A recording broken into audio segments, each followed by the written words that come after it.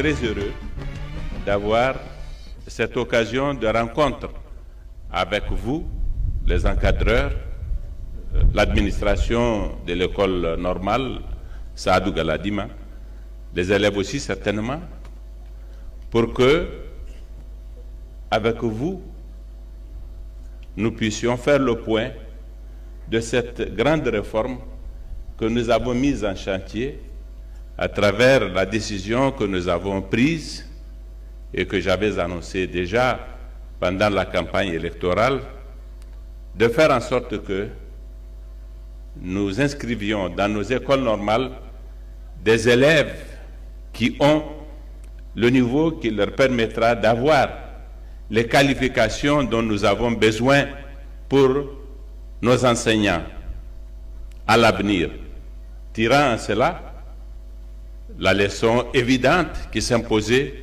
à tous, que si notre école a eu de grandes défaillances jusqu'ici, c'est parce qu'aussi le système de formation des maîtres a été inopérant. C'est la première des choses qui nous a motivés.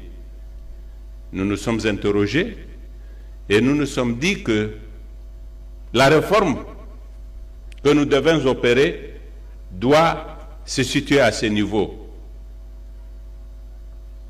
Le profil d'élèves à inscrire dans les écoles normales et la nature des disciplines à leur enseigner dans le cadre de cette formation. Dans les discussions que j'avais eues avec mon équipe technique de campagne, nous avons unanimement été d'accord que le cœur de notre réforme, ce doit être les écoles normales. Et si je suis venu ici ce matin, c'est pour que l'on comprenne l'intérêt que je porte à cette réforme. Que tous les citoyens du Niger comprennent l'intérêt que nous portons à la réforme des écoles normales de formation des maîtres. Si nous avons besoin d'avoir des ingénieurs et des cadres de tout genre, mais des ingénieurs en grande quantité pour que nous soyons capables de nous développer un jour, ce sera cette réforme qui nous en donnera l'occasion. Il faut que nous le sachions. Il faut que, mesdames et messieurs les encadreurs, vous sachiez l'espoir que moi j'investis dans le travail que vous êtes appelés à faire. Lorsqu'on regarde notre système aujourd'hui, ces résultats consistent dans la disparition progressive des filières scientifiques dans nos lycées. Il y a de cela 30, 40 ans, la proportion des disciplines scientifiques dans les établissements d'enseignement général était de loin supérieure à la proportion des filières non scientifiques. Aujourd'hui, le rapport s'est totalement inversé. Ça, c'est le symptôme d'une pathologie à laquelle il faut remédier. Et pour y remédier, il faut remédier au niveau des enseignants qui assurent la formation des élèves et qui les préparent aux aptitudes dont ils ont besoin pour être justement performants lorsqu'ils ont atteint un certain niveau. Mais ça doit commencer au primaire. C'est parce que les enseignants n'ont pas les compétences nécessaires pour assurer une telle formation que le produit de leur formation comporte de grandes lacunes qui se traduisent par les statistiques auxquelles j'ai fait allusion tout à l'heure. Il faut donc commencer par la base.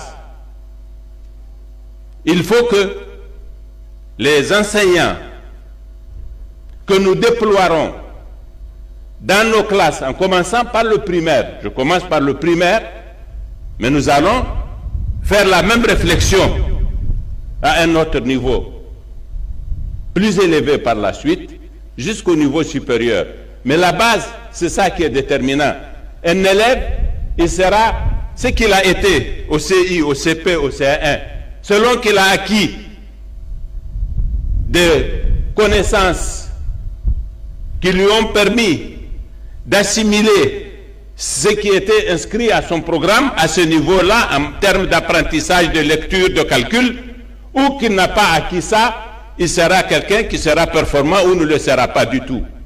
Donc, l'avenir de l'enfant se joue à la base vraiment au sens littéral du terme, mais à la base au sens de l'école primaire, tout simplement.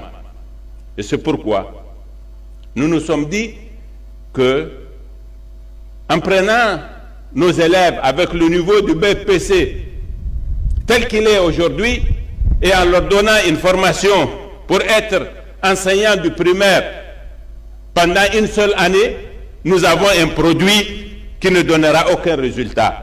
Et nous avons fait le pari qu'en améliorant le niveau et en recrutant les élèves à partir du baccalauréat, ils sont en mesure d'assimiler les matières qui peuvent leur être dispensées dans le cadre de leur formation et seront capables de comprendre le stage auquel ils seront soumis par la suite pour qu'au bout de 2 ans, justement, ils soient outillés pour assurer une bonne formation des enfants. Et nous reprenons les choses à la base, comme ça. Nous allons injecter à peu près 3000 enseignants chaque année de façon systématique, auquel, du moins pour le moment, c'est mon ambition très forte, je promettrai la possibilité de les recruter directement comme fonctionnaires de l'État à leur sortie de l'école normale, moyennant peut-être une année de service civique ou quelque chose. C'est des choses que nous allons réfléchir dans le cadre de l'administration du ministère de l'Éducation, mais l'objectif c'est cela. Et je ferai en sorte que ce soit les meilleurs encadreurs que nous aurons dans nos écoles normales. Nous allons assortir ça de bénéfices, de primes conséquentes, dans le cadre d'un travail honnête, d'un travail marqué au coin de l'éthique. C'est ça que j'attendrai du ministre de l'Éducation nationale et de l'ensemble de ses collaborateurs. Il nous faut être sérieux. C'est à cette condition que nous aurons des ingénieurs. Nous sommes un pays de 20 millions d'habitants. Combien d'ingénieurs avons-nous aujourd'hui? Il faut que ce premier pas que nous avons commencé cette année, il y a un adage qui dit que, aussi long soit-il, un voyage, il commence par le premier pas. C'est le premier pas que nous faisons comme ça aujourd'hui. Notre ambition, mon ambition, c'est dans 40 ans. Il faut que dans 40 ans, nous ayons des milliers d'ingénieurs dans les nouvelles technologies pour qu'ils soient en mesure de faire en sorte ce que font les autres pays. J'ai l'habitude de dire que la compétition entre les États, c'est la compétition entre leurs systèmes éducatifs. Si nous ne savons pas ça, nous nous tromperons toujours. Et nous continuerons dans cette routine en entretenant quelque chose que nous appelons éducation nationale, mais qui n'en est pas un en vérité. Tout ça doit finir.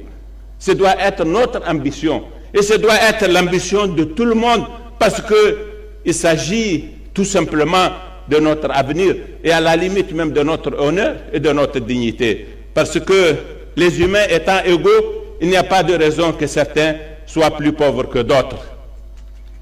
Et la seule condition pour que nous soyons tous également riches, c'est que nous soyons riches de notre système éducatif et de son aptitude à générer des cadres, à générer un capital humain conséquent. Vous voyez, par conséquent, que de tout ce que nous pouvons entreprendre, c'est l'éducation qui est la chose la plus importante et il faut lui accorder l'intérêt qu'il faut à tous égards. Il faut lui accorder l'intérêt qu'il faut à tous égards. Il s'agit déjà d'être intelligent pour pouvoir comment faire les réformes et faire en sorte qu'elles soient judicieuses, qu'elles soient pertinentes, qu'elles soient efficientes. Et ça, c'est le défi de tout le monde. mais le défi des techniciens du système éducatif eux-mêmes, quel qu'il soit, le système professionnel, l'enseignement supérieur ou l'éducation nationale. Voilà les choses qui nous interpellent. Ma visite ici a cette valeur symbolique. Il nous faut mettre l'accent sur l'enseignement scientifique. Et pour cela, il nous faut de bons encadreurs et il nous faut de bons enseignants. Et il nous faut de bons enseignants, pas qu'une année, pas 2 années, pas 3 années, tout le temps. Il nous faut donc faire en sorte que nous stimulions les jeunes Nigériens à aller dans l'enseignement. Nous avons le lycée d'excellence de Niamey, auquel je vais rendre visite. La prochaine fois, mon intention, c'est d'ouvrir un lycée d'excellence à Tessawa, où nous avons des infrastructures de l'ancienne école normale, et nous ferons des primes spéciales et nous créerons d'autres lycées d'excellence progressivement pour rattraper le temps. Mais nous pouvons aussi économiser le chemin en faisant en sorte qu'en cours de route au niveau secondaire, nous créons des lycées d'excellence nombreux, en grande quantité, et pour cela, il nous faut des mesures spéciales d'incitation, faire des primes qui maintiennent les meilleurs cadres dans l'enseignement au secondaire, premier et second cycle.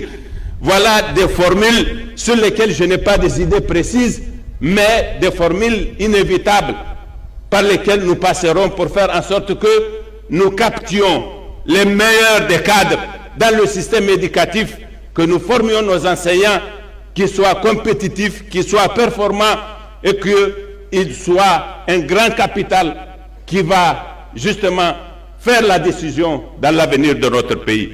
Voilà, mes chers amis, ce que je suis venu vous dire ce matin. Merci beaucoup.